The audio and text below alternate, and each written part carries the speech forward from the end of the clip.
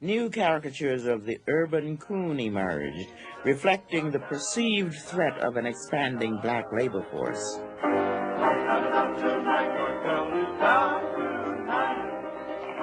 Yow, lay your money where your mouth is. Come on and shoot.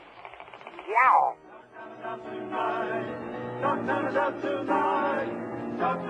Wait a minute, yo, wait a minute. Where'd you get them red boons at? What kind of dice is these? Don't start no argument now. Bucktown is out tonight.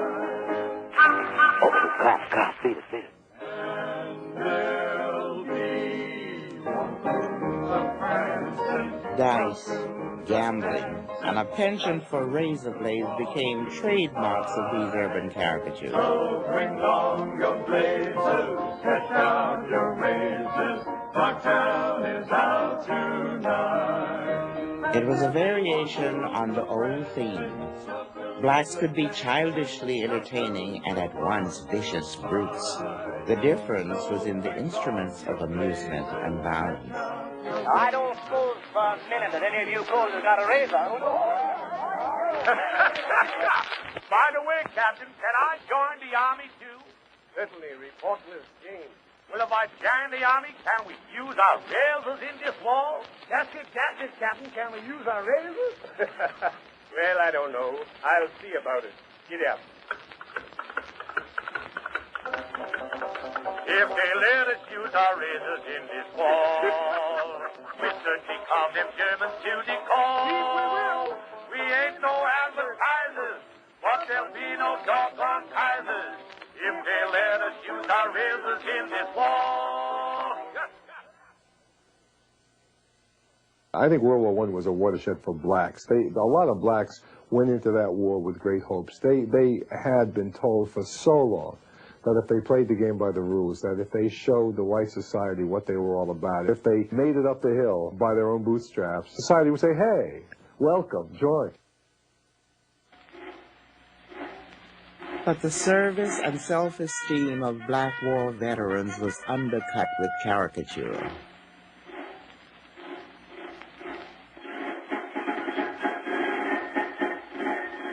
Symbolically, these images reinforced white supremacy by fitting blacks within acceptable roles as servants and entertainers. The reality of black servicemen who now bore arms and demanded the freedom and opportunity at home they had fought for abroad. This reality inflamed many whites. Race riots swept the North each summer from 1919 to 1921. It was a period of overt and casual racism. It's perfectly polite for whites in the North, educated college types, to write in high-toned journals like Harper's and the Atlantic and Scribner's to use words like nigger and coon and darky.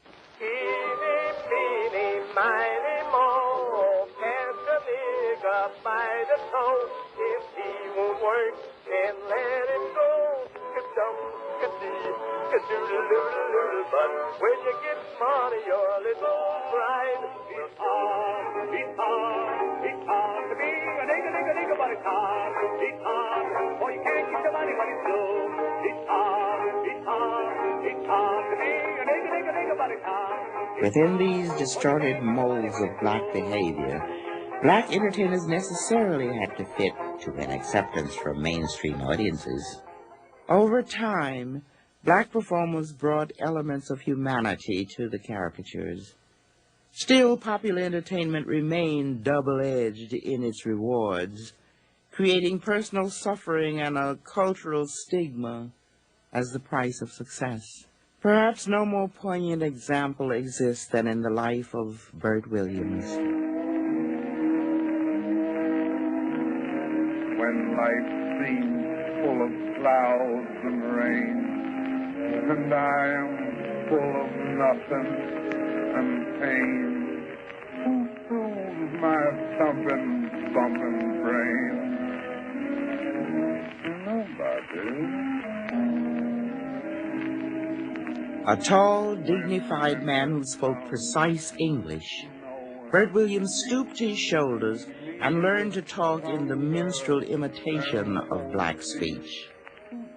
With the final touch of blackface, he became America's preeminent blackface artist. Oh, I know what you're thinking. I mean, I have heard all the rumors myself. It seems that this blackface makeup, my white gloves, and my comic gait ain't the only thing I'm becoming famous for. Or is it infamous? I have been trying to finish Bert's show for him.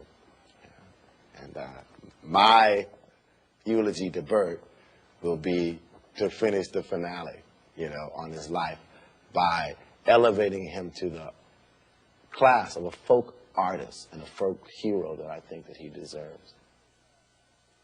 Well, now, you take last night, for example.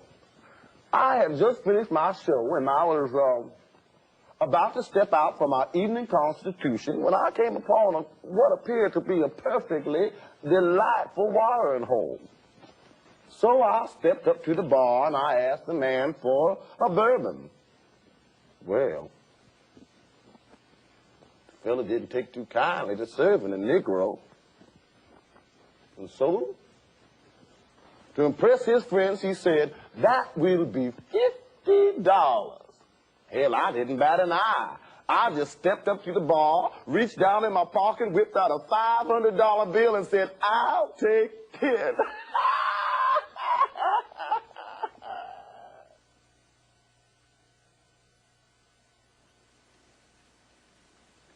You know, it ain't really that funny. I mean, every critic in town agrees that I am at the height of my career. Zeke still pays me $6,500 a week here at the Follies, and that's top pay, but do I get top billing? Hell, I can play before the crown heads of York, but I can't even get a drink in my neighborhood pub. You know, they got this rule at the press club that says a black man can't even enter without a white host who is willing to sign that he'll be responsible for the black man's actions. Ain't I a responsible human being? There ain't a night that passes that somebody don't knock on that door and invite me over to the press club for a drink. Well, in case you didn't remember, buddy, this ain't exactly my regular skin tone, and it takes considerably longer to remove blackface than you can imagine. So unless somebody waits around, I wait around. That's right. I wait around outside the press club, just shifting my weight from one foot to the next until somebody comes by and escorts me in. All the time I'm just hoping and praying that nobody comes out and mistakes me for the doorman and tips me a quarter. You know, it's no disgrace being a black man, but it's terribly inconvenient.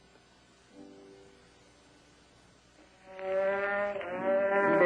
I never done nothing nobody.